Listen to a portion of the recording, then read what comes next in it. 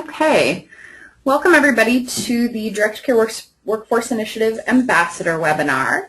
Why don't we start off with some quick introductions. I think quite a few of you know each other already, but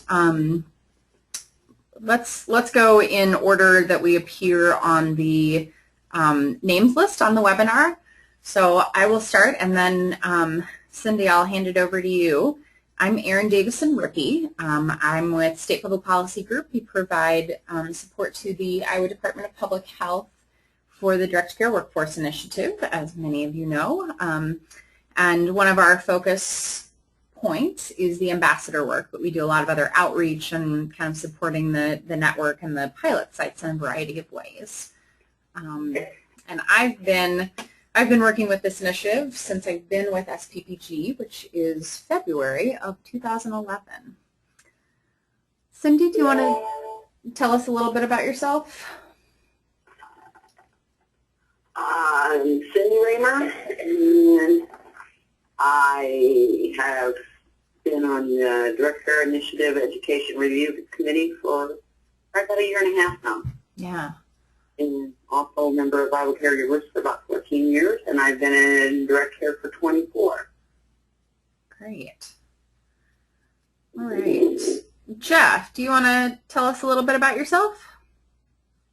Hey, my name is Jeff Weinstock. I've been a direct care professional for almost 21 years. I'm with the Iowa Caregivers Association Leadership Council, and I'm also one of the ambassadors. Great. And Suzanne, do you want to tell us a little bit about yourself? Suzanne Russell, I work at Home Caring Services in Burlington, Iowa. I've been involved with the project from the very beginning. Yes, you have. So we work with, I'm not a direct care worker myself, but I employ direct care worker, CNAs, supportive community living workers. Great. Yeah, Suzanne is a wealth of historical knowledge for this project. You've watched it evolve over the years, and you know, have been a great resource for this initiative. And then, did we have someone else join us on the phone as well? Carol, I'm here. Hi, Carol. Do you want to introduce yourself and just tell everybody a little bit about what you do connected to direct care? Sure. My name is Carol Warren. I'm with Progress Industries. We're based in Newton and have offices in the Des Moines area. And I'm one of the administrative individuals here and just joined to be part of the ambassadors just a couple of months ago. So this is a new adventure for me. Yeah, welcome. Well, thanks so much. I just wanted to start off with a little bit of an update on our activities as part of the project. And I'll start with some of our ambassador work. So as Carol just mentioned, we have a new crop of ambassadors. We did orientations. We had one at the end of August, and that was in, let's see, where were we? We were in Marshalltown. And then I just did a very small orientation last Friday, which Cindy was a part of. Carol was a part of the one in Marshalltown. Last Friday, we were in Waterloo. So we have about, oh gosh, I think we've got another 10 new ambassadors over these orientations in the last few months. And I just wanted to share the names of our new ambassadors with everyone so that if you know folks, this will give you an opportunity to connect with them in their ambassador work. So we have these new folks who have joined us as ambassadors. We still have a pretty good representation across the state, but as in the past, we're still kind of short on folks on the western side of the state, which is partially just because there are more people on the eastern side of the state. So not a surprising challenge that we have.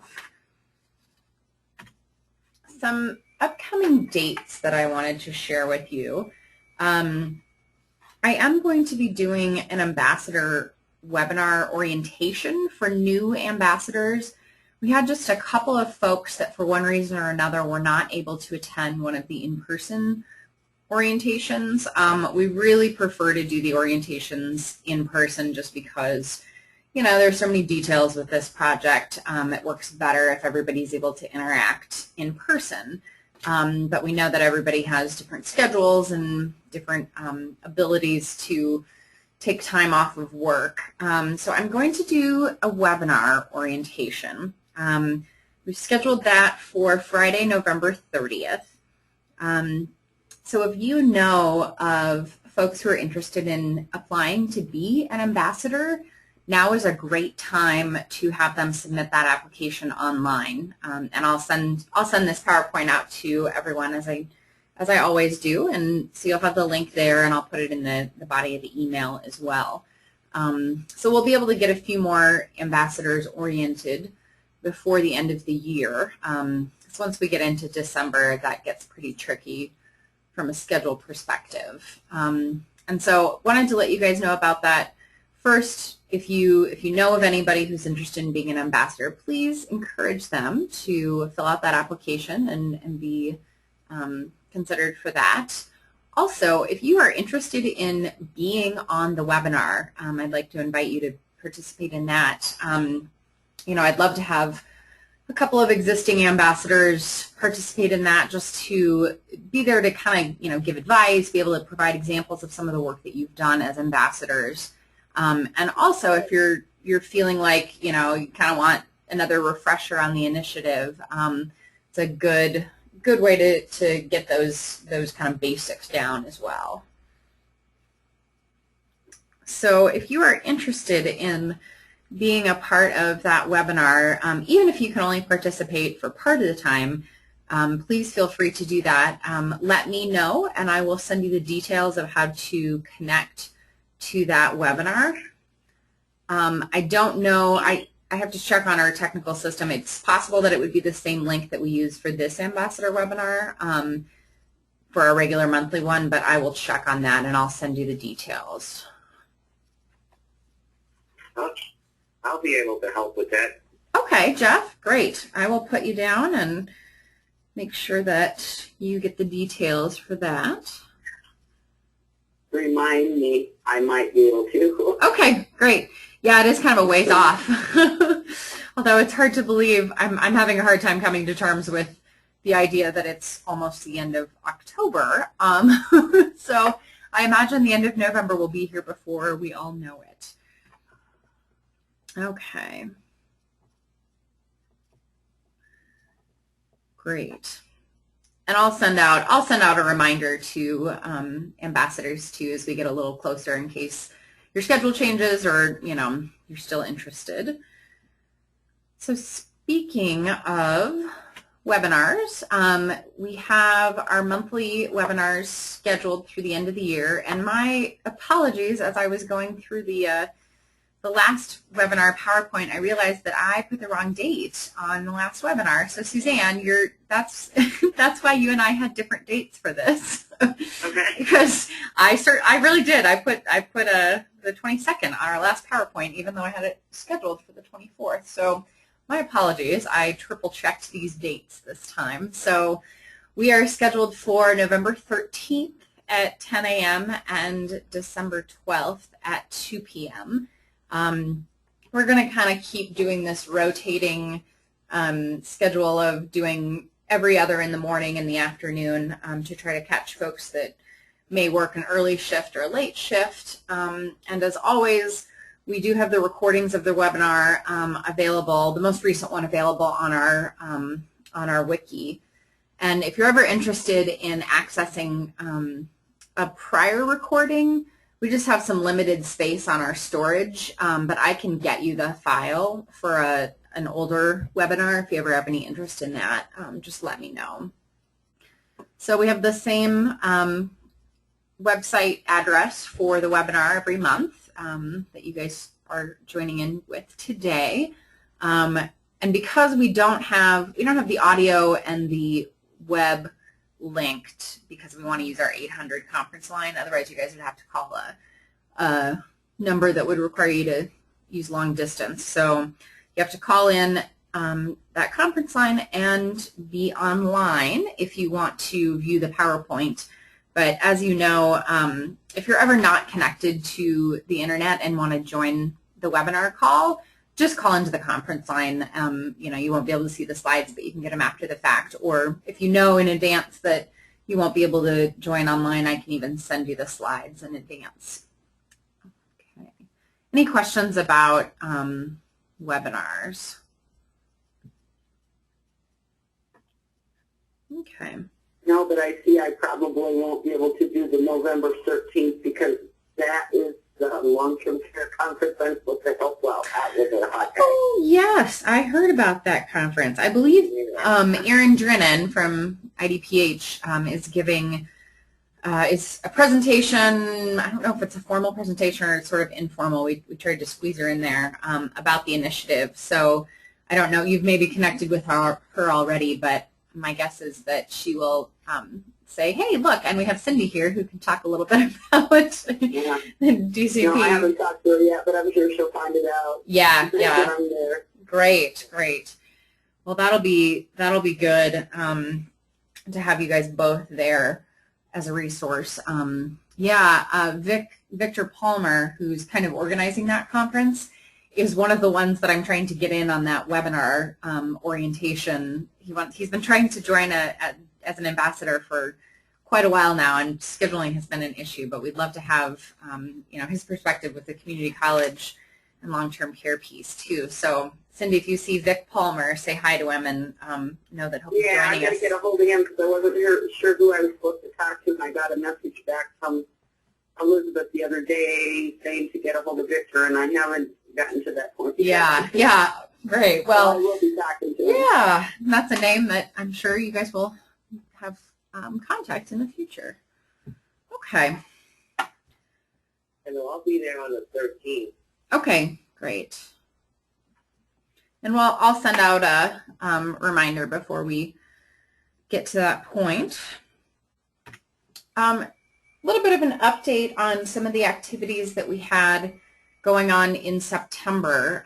September was a pretty busy month for the Direct Care Initiative. We had 5 forums around the state. I'm sure you remember that we had a set of forums in June. We had 4 forums in June and 5 forums in September. We were in Council Bluffs, Cedar Rapids, Sheldon, Sioux City, and Ottumwa. And we had a variety of people that participated both on the panel and attended. It was a nice way to connect folks in each of those communities and surrounding areas, who may or may not have contact with one another on a regular basis. We talk a lot about with this initiative how we're bringing together folks from different parts of the workforce and direct care who don't always interact with one another. So that was another good opportunity to get everybody in the same room and give folks an opportunity to ask questions. We heard from legislators at a lot of the forums. We heard from folks involved with the pilot sites, direct care professionals, people on the Direct Care Worker Advisory Council, all kinds of things. I know several of you attended at least one of the forums. Did you guys have any thoughts or feedback for us on those forums? What did you think? I enjoyed it. Good. Yeah, Jeff was our local host at the Ottumwa forum, even though you're not actually from Ottumwa, but you're close enough by. Pella's close. Yeah, I did Cedar Rapids.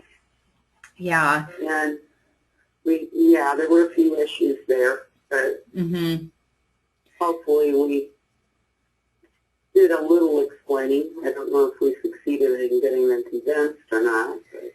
Yeah, Cindy, I think you're right. We had a lot of really good questions, and sometimes we had a good, clear answer, and I think other times we realized, here are some, as we did all of these forums, we really started to understand some of the common questions that are coming up about different parts of this initiative. So I thought that was really helpful. I mean, we kind of knew what questions people had, but to hear the same questions in some areas over and over again was really helpful for us in clarifying, what do we need to be clearer about. We know this is a complex initiative, and, likely most people in the community aren't going to understand every single detail of this initiative, but we need to make sure that folks are all kind of on the same page. We had some really good questions in the Talmud too. Yeah, yeah.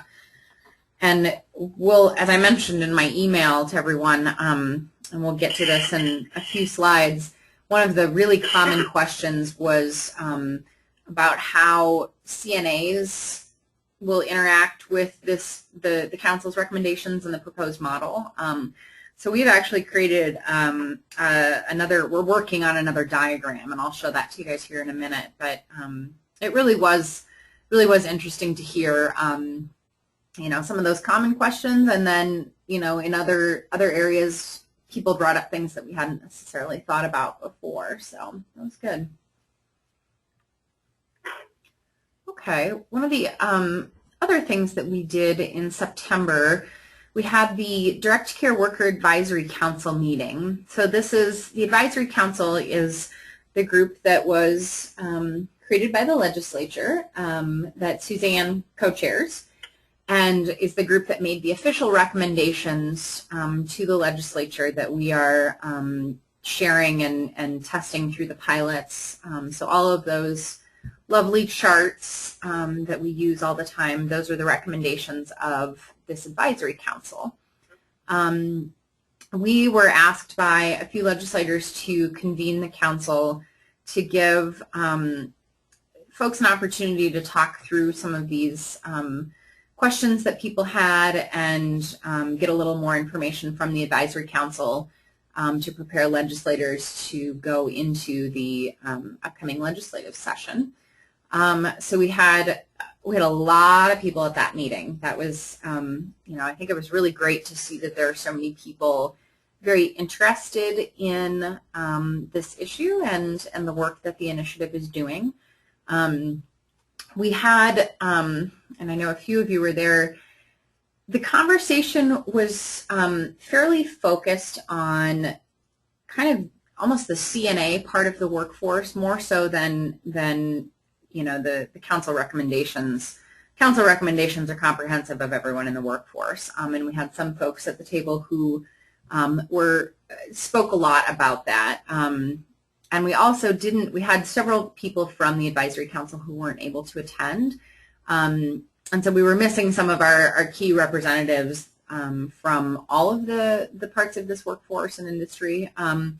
So it was not, as I've said to a few of you, it was not really a normal council meeting because we had been asked to get everyone together so that the legislator would have an opportunity to hear from some of these folks. So it probably wasn't the best example of how these council meetings work. But I think it was helpful in kind of that same purpose of hearing what some of the challenges are, what people are thinking about this. And so we've been working with some folks at the legislature to help clarify really what the council recommendations are, and also providing that historical piece that, Suzanne, you know better than anyone how much work the advisory, first the task force and then the advisory council has done to engage a variety of stakeholders, make sure that everyone's issues are being addressed. You guys have spent many years at this point really coming up with a model that takes into consideration all kinds of concerns and really work to address all of those. So we're just trying to help folks understand that a lot of thinking has gone into this and a lot of conversations have happened over the years that, maybe folks who are newer to this initiative haven't been a part of. And then our PCAST pilot sites, the Personal and Home Care Aid State Training Grant, that's the federal grant that is allowing us to pilot the recommendations of the council. They have just started their third year of the grant. It's a 3-year grant, and at this point we don't know if there will be additional funding to the pilot, to pilot this work past the third year, but they are going strong. They actually today are in doing training. It's a train the trainer model for the curriculum. So Anita Steinman, who is the curriculum director for this initiative, is training a new set of instructors. So that's good. There are a few additional partners who are working on coming into the project. I believe that Optime is going to partner with DMAC here in Des Moines. They have a really unique, they bring a unique piece to this initiative because they are working with some of their consumers to do training to become direct care professionals. So they will be piloting this curriculum that we're training direct care professionals with some of their consumers who are going to be working in the field of direct care. So I think that brings a really a great kind of different perspective on things, and also allows us to have some input from consumers who are going to be really involved in looking at this curriculum and testing it and piloting it. And also we're training a few new folks. Link Associates is also considering being a part of the pilot.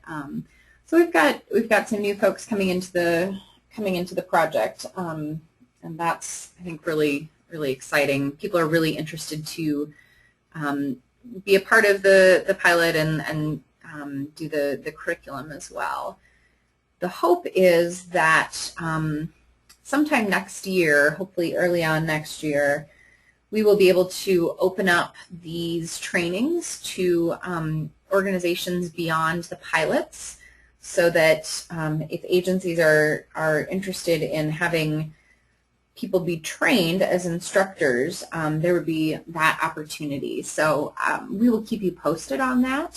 So if folks at your organization are interested in being a little more involved in this work, if folks are interested in accessing a new curriculum, this would be an option for them. Any thoughts or questions about any of our September activities?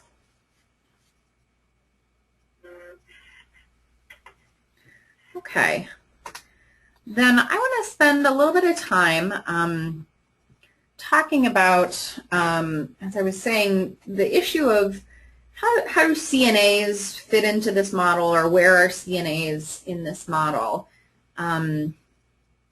And that was something that we heard both at the forums and at the advisory council meeting. So as a reminder, this is the career pathways model that the advisory council recommended. So it was in the report that they provided to the legislature in March of 2012. So you're probably pretty familiar with this. The council recommended that the core training would be the required piece for anybody working in the field of direct care, and any of the other advanced training and advanced credentials and specialty endorsements are voluntary. So the question that arose was, where are CNAs? And so what we've talked about in the past is that a CNA would go on this pathway. Okay, sorry, I was trying to see. Can you guys see my mouse? Yes. Okay, good. Then I'll just use that. Okay, so a CNA, someone who wanted to be on the CNA registry so that they would be able to work in a nursing home. As you may know, the CNA requirement is actually a requirement of that facility, that they have to hire people who have received this training or who are on the CNA registry. So it's a requirement of the nursing home instead of being, something that is either required of the individual, and as you know, if you have a CNA, you have some limited abilities to have any control over your own CNA status. So someone who wants to work in long-term care would go on this path of the core training, the red personal activities of daily living and health monitoring and maintenance advanced training modules, and then could receive that credential of a health support professional. In talking over the last year or so, even since this report was released in March of 2012, we've heard from a lot of organizations and agencies who say, you know, we would be interested in staff who have these skills. We're not a long-term care setting, and so we don't have to hire people who are on the CNA registry, but we'd love for folks to have these skills. And then we've heard from DCPs who say, yeah, you know, I've had the CNA training or I'm interested in that, but I don't really want to work in long-term care. And a part of being on the CNA registry is completing that long-term care clinical practicum, the 30 hours in a clinical setting. So for folks who aren't interested in working in long-term care, that's not necessarily something that would be applicable to them or that they would be interested in. So we wanted to make sure there was an option for folks who wanted to hold the health support professional advanced credential, but wouldn't necessarily need to be able to work in a long-term care facility.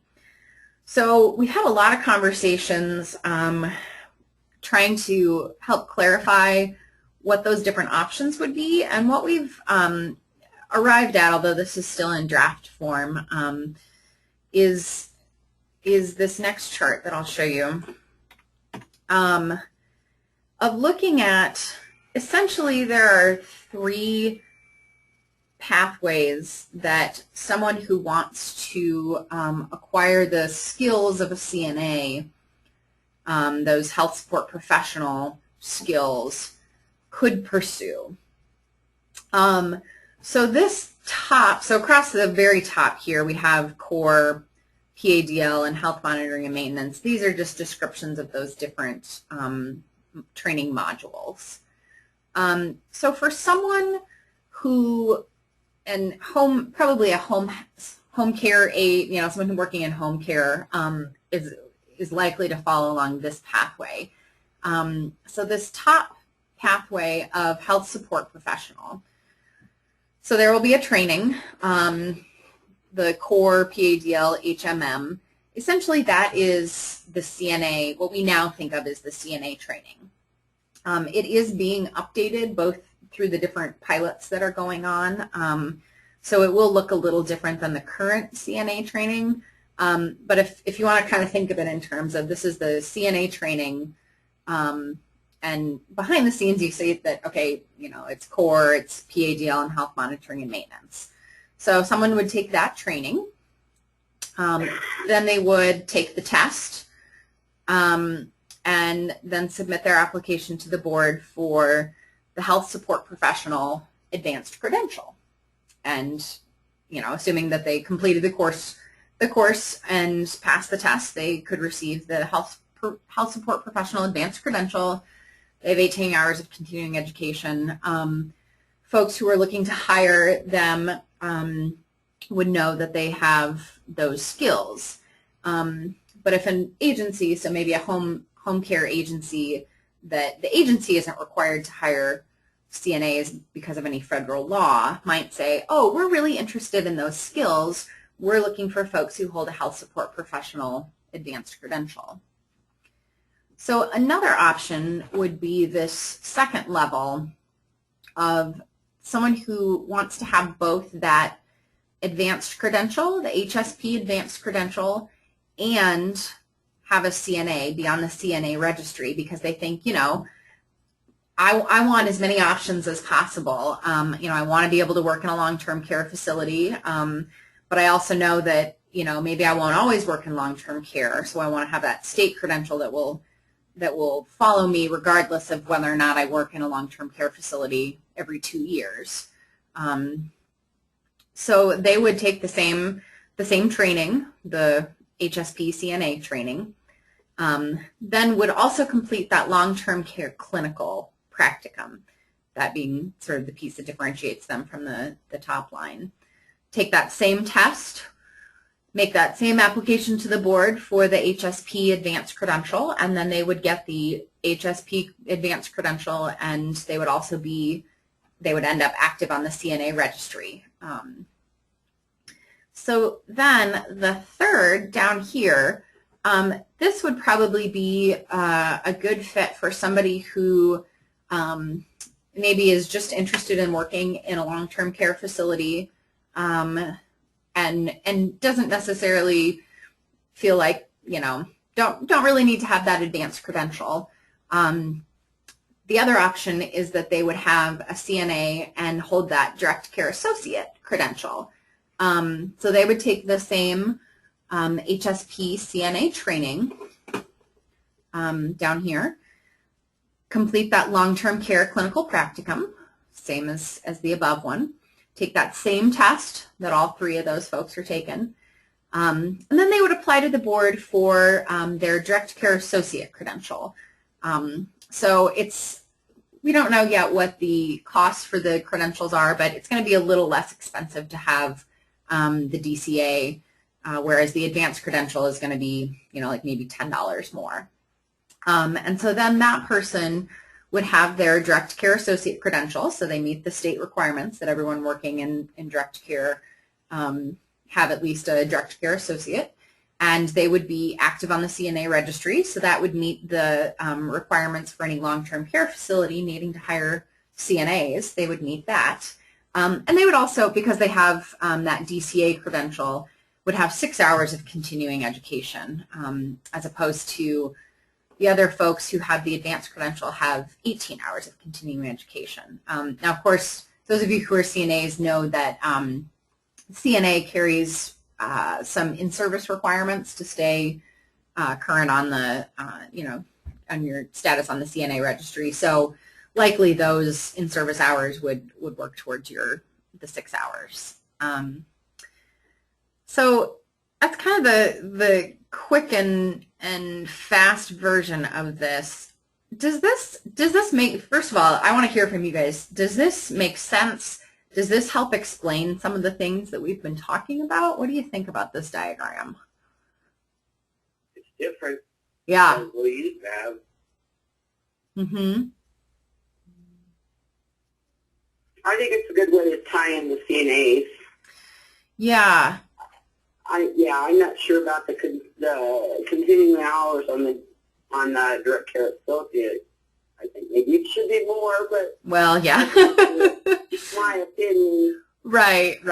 I would say, because most of your long-term care, you get 12 hours a year of that in service. So, and I think 12 hours in 2 years would be better than 6 hours in 2 years. Sure. And essentially what this is we're kind of thinking of this as zooming in on that, in that previous slide, just kind of like zooming in on this PADL health support professional piece. And so it's not any different than the existing recommendations, but what we're hoping to do is to show that people, even within this health support professional CNA track, have a couple of different options. So not everybody has to be on the registry, and not everybody has to hold an advanced credential. So folks get to pick kind of which track they want to be on.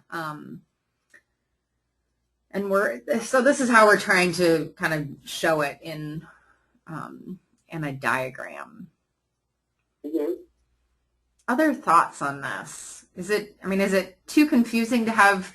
We kind of went back and forth on having three different tracks, but there really are three different tracks. I mean, you can either be an HSP, or you can be an HSP and CNA, or you can be a DCA and a CNA.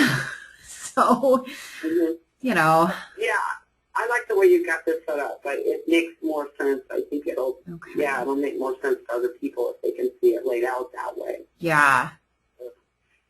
I would think only, it would be helpful to add, because this is a huge question among people that I've talked about, is the examples that you gave. Like, who might fit in that category? Oh, sure. Okay. Because, like, for me running the home health care agency, they see where they might fit. I mean, I realize that you get into, the job description and the different duties, but, you know, even if it says these types of people may fit for this category. Might be and they may interesting. fit into more than one. Right. That's a good idea. Because I think you're right. You know, Suzanne, as you know, we always try to stay away from, you know, like, oh, we don't want anybody to think that this only includes this type of work, or, you know, this type of work has to go through this pathway. But I think you're right that it helps explain, you know, who might be interested in just having the health support professional. You know, if somebody says, I don't ever want to work in long-term care, that's just not my thing, then there would be no reason for them to ever end up on the CNA registry. And likewise, on the flip side of that, if there's an agency, because we know that right now there are a lot of agencies who are saying, we want to hire CNAs. And they just use, you know, that's a standardized training that's out there. You know, Suzanne, I don't know if you guys say that. I know a lot of home health agencies do. They say, yeah, we want someone with those skills. But as an agency, you guys aren't required to hire CNAs by any federal law. So you could say, we want to hire HSPs or CNAs. And so you might be looking for folks on all of these tracks, because ultimately, here's the thing, everybody's had the same training, other than, you know, this top level doesn't have that long-term care practicum, simply because if someone isn't interested in working in long-term care, why would you do a clinical at a long-term care facility? So yeah, I like that idea of having examples. We're also going to be creating a more narrative piece to go along with this.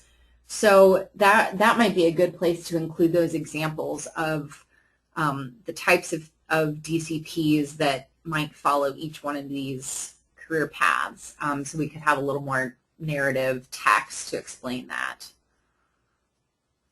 That might be good too, because in discussing the grandfathering, if you have some guidance on there, that might kind of speed up their process a little bit of looking at which ones they want for their grandfathering. Right.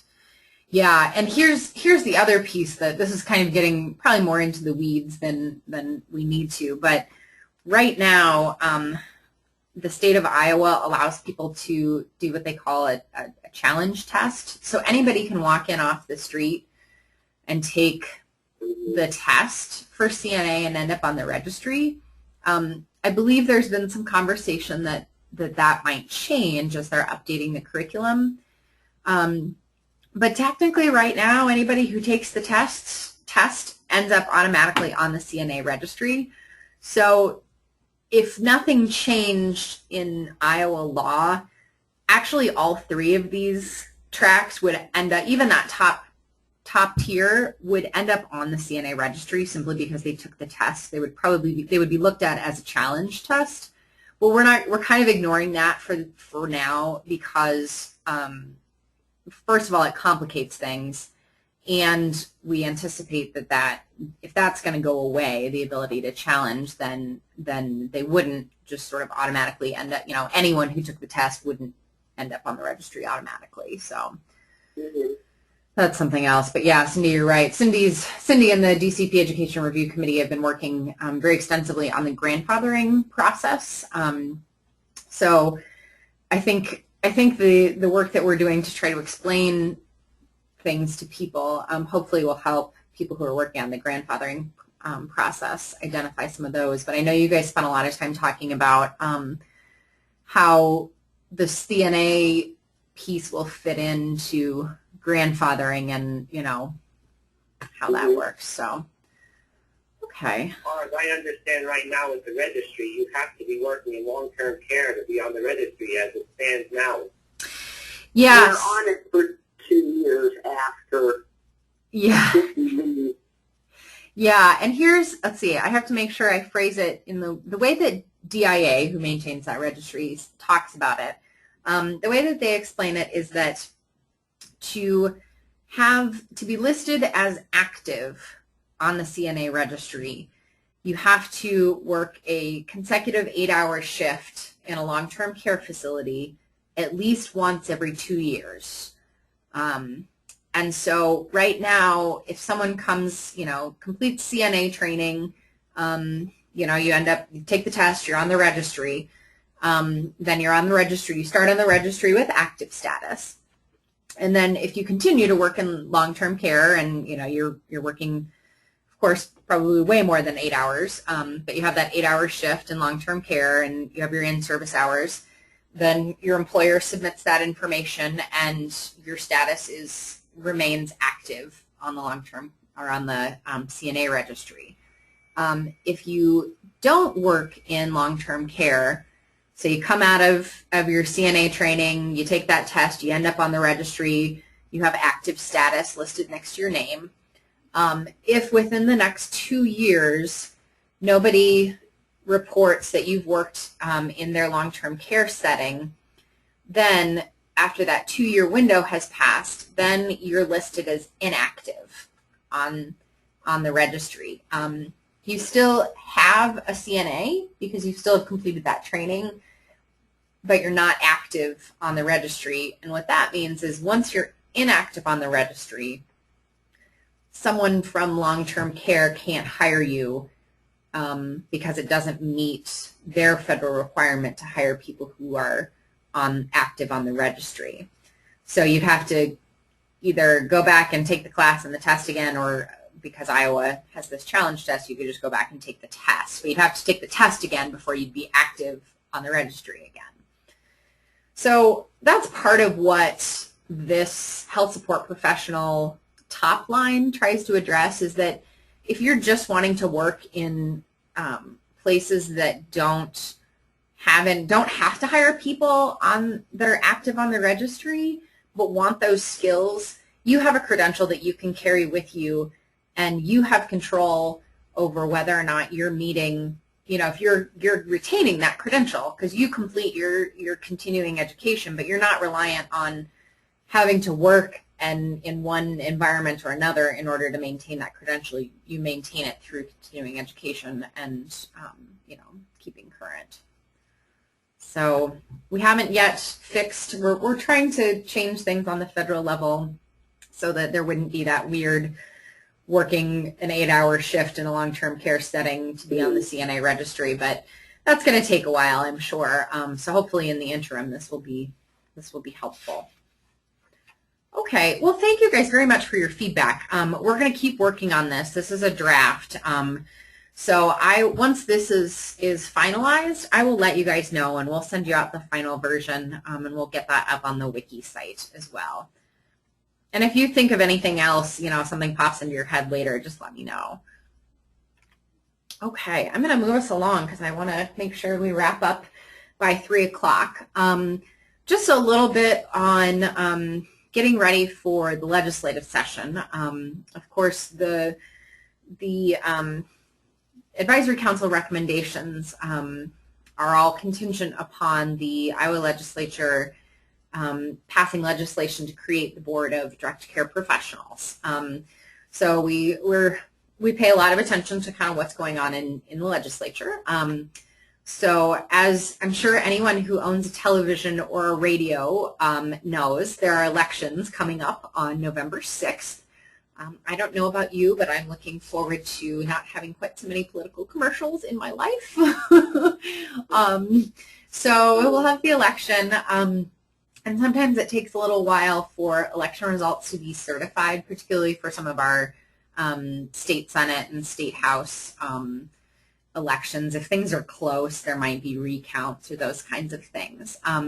Once those results are certified, we will send you that same information sheet that many of you received if you've completed the orientation longer ago than just these last 2. You got an information sheet that said, here are your legislators, here's the contact information for everybody, and we include everyone. So we'll have the governor, we'll have your federal representatives, and then your state House of Representatives and Senate. And so I know that there are some of you that work and live in kind of slightly different areas. I'm probably going to be contacting you to say, hey, I may or may not know where, if you live in one town and work in a different town, you may have connections to two different representatives, and they are often interested in hearing from people who both work and live in their area. So we might give you more legislators that could be interested in hearing from you. So we will get that information out. Just a note for anybody in the Des Moines area, as you may have heard, Pat Ward passed away, sadly. She lost her battle with breast cancer, and she was running for a seat in, it's kind of the Clive, Waukee, Windsor Heights area. So there's going to be a special election for that seat on December 11th. So if you are in that area, we'll probably give you an informational sheet that just has that blank, and then get you the updated information once the special election results come through. So, after the election, legislators are going to be a little more focused. Even the ones who are not currently running for re-election, they're often very involved in re-election efforts of their peers. So people are not always as focused on the issues up until the time that the election is over. So once the election is over, legislators will be more interested in kind of getting down to business and figuring out, okay, what do I need to be thinking about going into the legislative session? It will require that, if in order for this legislation to be introduced, we'll have a legislator would need to sponsor that legislation. I think probably we know of several legislators that are interested in introducing this legislation in the 2013 session. So, and particularly if you have new legislators in your area, which we'll have many of them, we usually think about a third of the state officials are new. It'll be really important for you to, revisit the idea with your existing legislators, but especially for those new legislators, saying, hey, I just wanted to let you know about this issue. This is something that's important to me. They like to hear from their constituents about the issues that are important to them. So that's something that if you're interested in connecting with your legislators, we'll have those contact sheets for you. And even coming up to the election season, feel free to connect with them, knowing that they'll probably be a little easier to get a hold of after the election. There's also, if you're looking for a legislator and either don't have your information sheet from us or are curious about legislators in other areas, this link will take you to the Iowa site that'll bring up information about legislators. And also, just as a reminder, we have this advocacy template on the wiki site, and I'll bring it up real quick.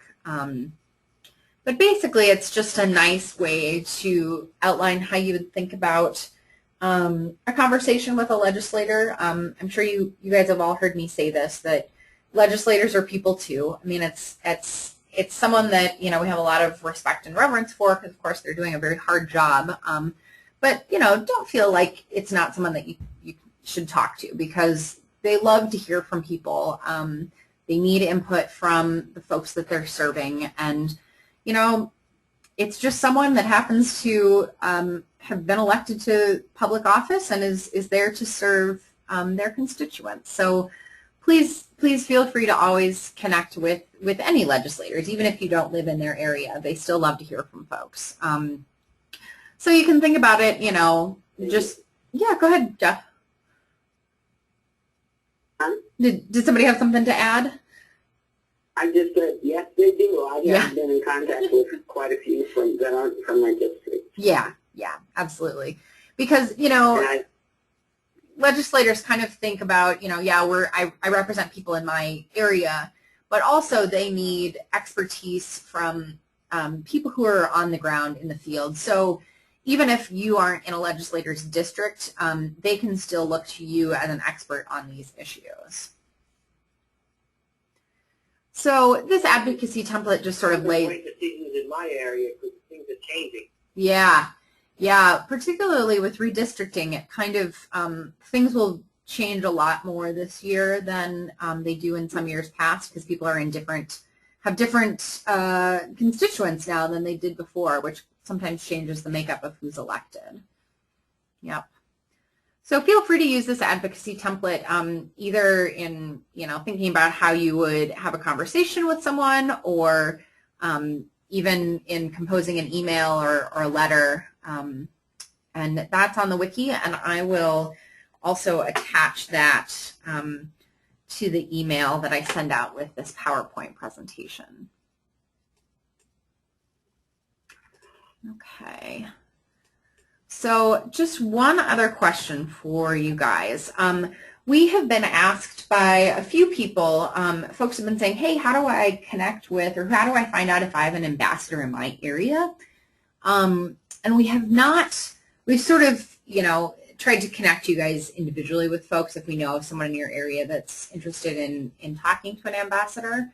But I'm wondering from you guys, how much or at all would you guys be comfortable with your information being sort of generally available? And I don't know exactly how we would share this information, but it might be that we have a contact sheet that we would be willing to share with someone who says, hey, I'm looking for an ambassador in my area. And we could either send them our ambassador contact sheet or just send them the contact information for you guys. Or even having something on the IDPH website. I don't want to have a lot of your personal information up there, but I could see something like having your name and the city that you live in or work in, and maybe having a way for someone to click on your name and email you or something like that, so that you wouldn't, get lots of spam. But if somebody really wanted to get a hold of you in your area, they would have a way to contact you. What do you guys think? What do you feel comfortable with? And we can also do this on a, not everyone has to have the same level of information shared. If you don't want your email shared, but somebody else is okay with it, we can do that as well. I'm okay with it. I guess I've been dealing with that for a long time, so it's not really a problem to me.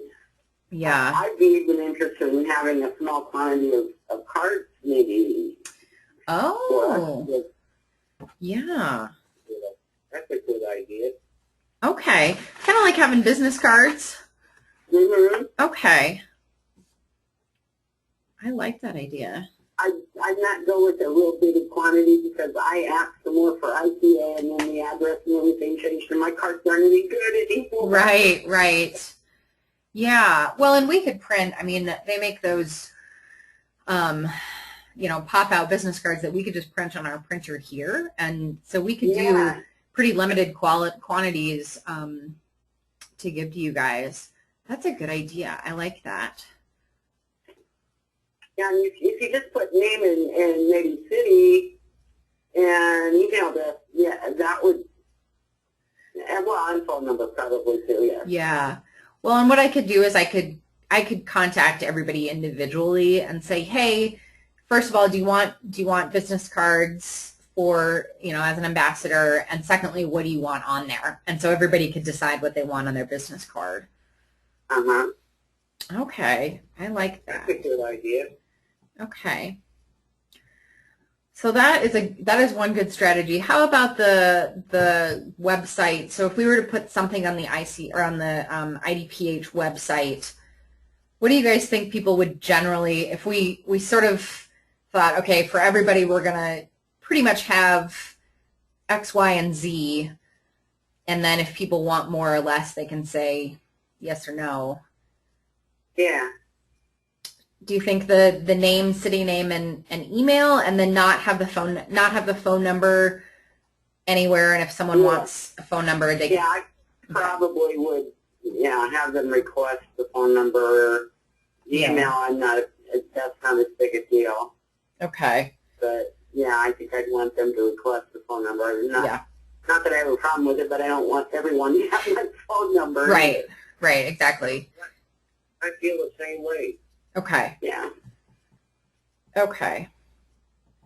And I have to talk to the folks at IDPH to figure out what I don't want to do. I really don't want to have your email address text on a website, because that opens you guys up to, you know, any kind of people trolling the internet just looking for email addresses. I want it a little more behind the scenes. And Yeah, our I agree website with that. person knows how to do that. I just have to figure out what our options are on the IDPH website, because it's not quite as simple to do it there. Okay, and would you guys be comfortable having your pictures associated with your name too?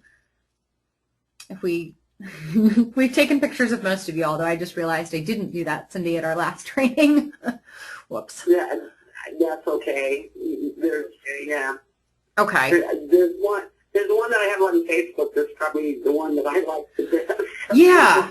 Yeah. Okay. I think I'm probably going to, we have an intern here. I'm probably going to put our intern on this and get in contact with everybody individually. We won't share any information until we've got explicit permission from you guys. I just wanted to get a sense of what people thought generally would be good.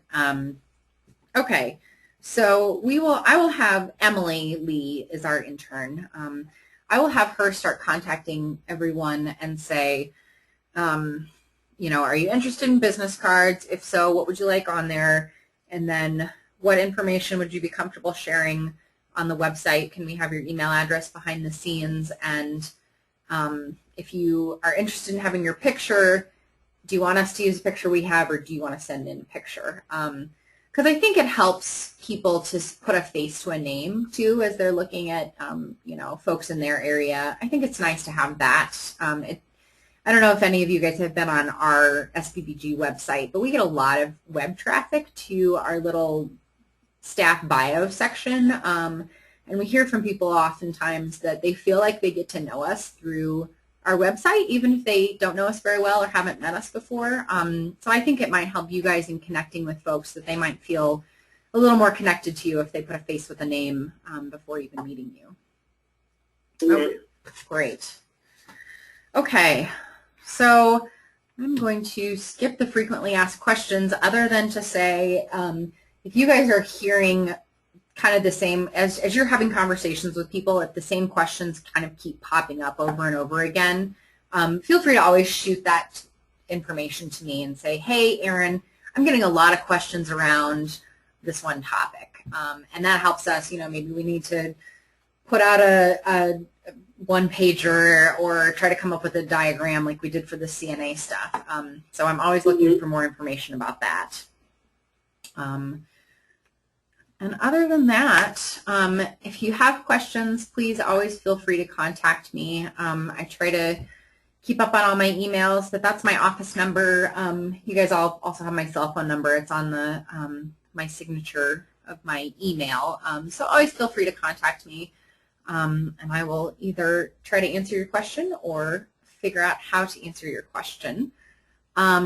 And then just a reminder that if you are not able to do this on work time, this webinar is something that you can submit for a stipend for. It's the $25 stipend level, so feel free to submit those. I have to apologize, we're sort of, we aren't as current on stipend reimbursements as we would like to be. We've had just some challenges in coordinating all that, but we are on top of it and working on it as quickly as we can, and so we'll get those to you as soon as possible. So thank you. I really appreciate your patience and recognize that we are asking for your time, and we want to make sure that we are compensating you for it. So any final questions before we wrap up today? Not really. Okay, great. All right, well, thanks for everybody participating today. I will send out the information. We'll post things on the wiki, and feel free to contact me if you have any questions.